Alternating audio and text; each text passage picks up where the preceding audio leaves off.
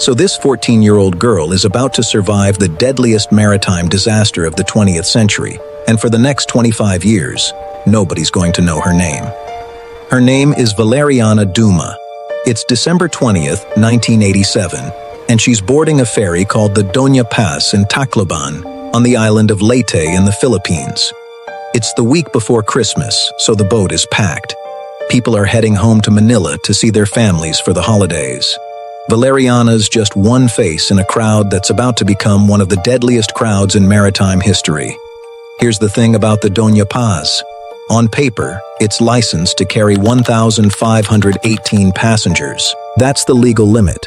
But this is the Philippines during Christmas season, and ferry companies here have a habit of selling tickets that never make it onto the official manifest. So while the paperwork says maybe 1,500 people are on this boat, the real number is closer to 4,000. Nobody's checking. Nobody's counting. The life jackets are locked away in storage, and the ship doesn't even have a working radio.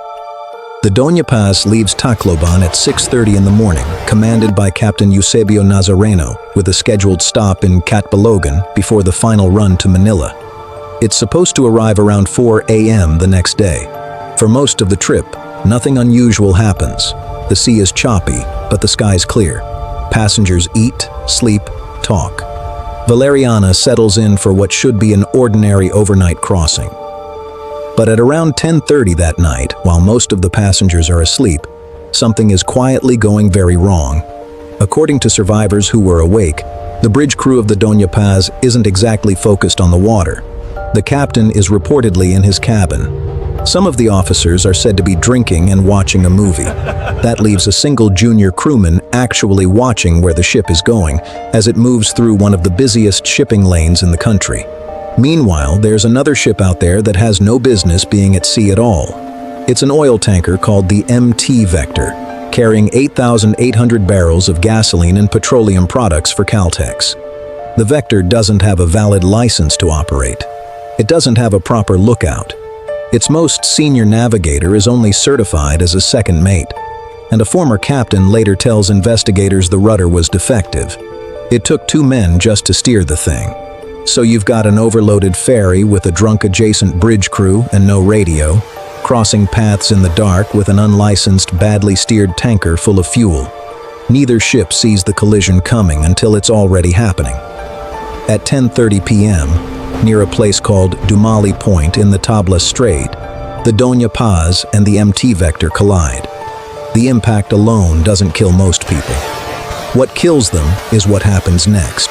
The Vector's cargo ignites on impact, and within seconds, fire is spreading across the surface of the water and up onto both ships.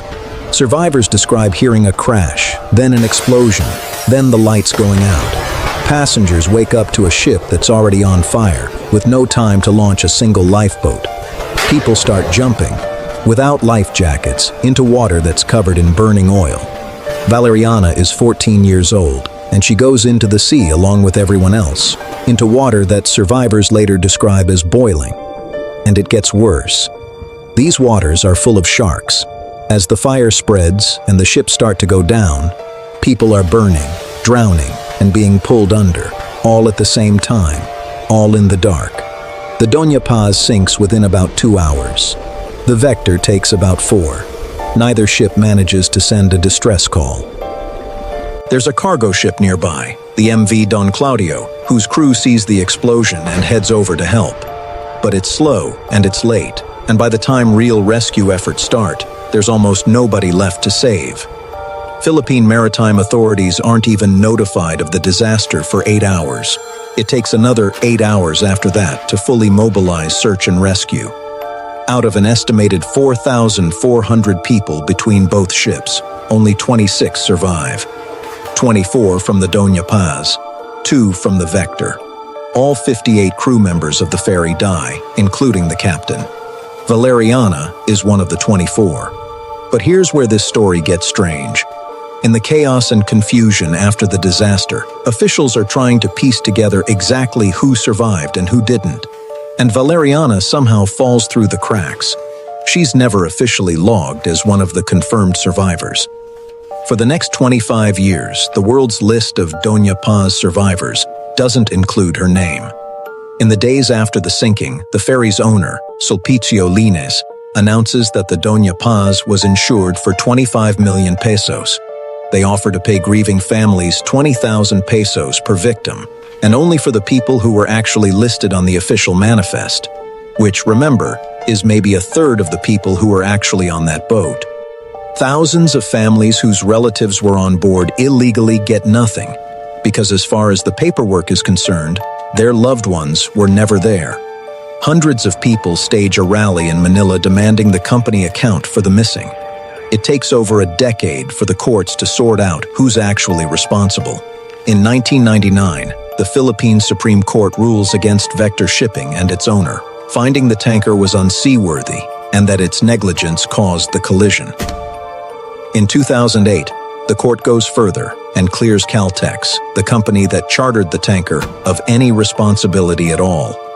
Vector is ordered to pay a fraction of what one single family lost, 800,000 pesos, to settle with the family of just one set of victims. And here's the part that should make you angry. Sulpicio Lines doesn't stop operating after killing over 4,000 people. Less than a year later, in October 1988, their sister ship, the Doña Marilyn, sinks off Leyte, killing around 300 more people. 10 years after that, another one of their ships, the Princess of the Orient, sinks in a storm near Manila Bay, killing around 200. And in 2008, the Princess of Stars sinks near Sibuyan Island, killing roughly 800 more people. One company, 4 disasters, close to 5,000 dead over the span of just 20 years, and it barely changes how the Philippine ferry industry operates. For 25 years, Valeriana Duma just lives with what happened to her, off the record, unlisted, one of the deadliest disasters in human history, and her name isn't even on the official list of people who lived through it. Then, in 2012, she finally comes forward on a television program and tells her story publicly for the first time. She'd been 14 years old, in the water, surrounded by fire, and she survived. And somehow, for a quarter of a century, almost nobody outside her own life knew. In 2019, more than 30 years after the collision, a research vessel called the Petrel finally locates the wrecks. The Vector is sitting upright, 500 meters down. The Doña Paz is resting nearby, 2,200 meters away, in the same dark water where it went down that December night. To this day, it remains the deadliest peacetime maritime disaster ever recorded, deadlier than the Titanic almost 3 times over, and most people have never even heard of it.